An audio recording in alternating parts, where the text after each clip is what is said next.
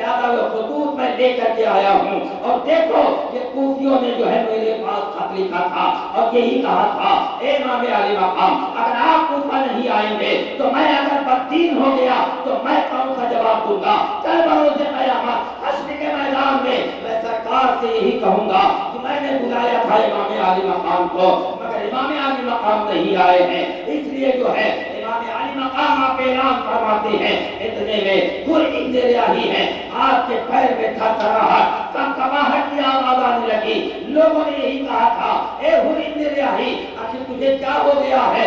ابھی تک تو اتنا بڑا بہادر تھا، اتنا بڑا بہادر تھا کہ لوگ تیری جو ہے بہادری کو دیکھ کر کے جو ہے پیچھا کھینچ لیا کرتے تھے، مگر اچانک تیرے پیر میں یہ لفظ کیسے آ گئی ہے؟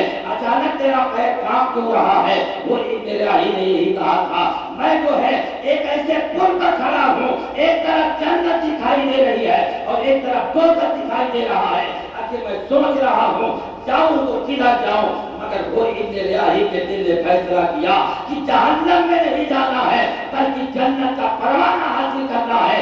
امام علی مقام کی طرف جاتے ہیں اور جانے کے بعد امام علی مقام کی بارگاہ میں عرض کرتے ہیں، اے امام علی مقام، مجھ سے جو غلطی ہوئی ہے